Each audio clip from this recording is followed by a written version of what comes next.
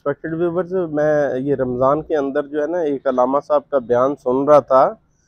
तो वो बयान के अंदर कह रहे थे कि जो शख्स भी अपनी बेटी को कॉलेज भिजवाता है उसके लिए मैं बद्दुआ करता हूँ कि अल्लाह ताला उससे उसका ईमान छीन ले और उसके बाद उसके बच्चों से भी ईमान ले।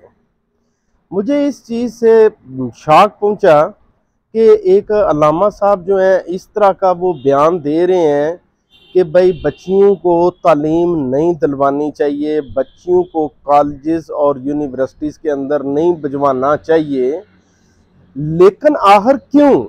मेरा उन्हीं अल्लामा साहब से या इस तरह के मकतबा फ़िक्र के अंदर मौजूद लोगों से सिर्फ एक सवाल है कि अगर उन अल्लामा साहब की बेटी को किसी हॉस्पिटल में जाने की ज़रूरत हो या उसके घर में बच्चे का जन्म होना हो, तो उसके लिए जब वो हॉस्पिटल्स के अंदर जाते हैं, तो अगर बेटियों को किसी ने पढ़ाकर डॉक्टर नहीं बनाया, तो फिर किसको वो दिखाएंगे?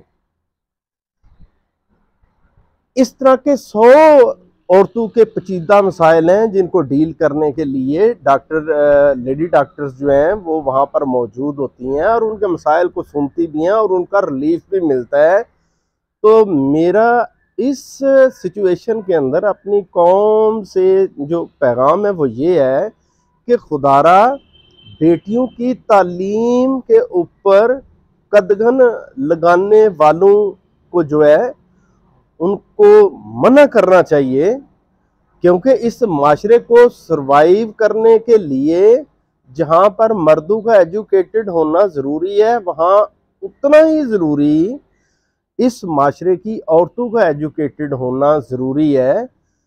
तो बेटियां जब यूनिवर्सिटीज़ और कॉलेजेस के अंदर जाती हैं तो अपने वालिदैन की इज़्ज़त का उनको ख्याल भी होता है और वो तालीम हासिल करके माशरे के अंदर एक बेहतरीन किरदार अदा करती हैं। हर वक्त जो है ना नेगेटिविटी की तरफ ध्यान नहीं देना चाहिए। तो ये पैगाम मेरी कौम के नाम।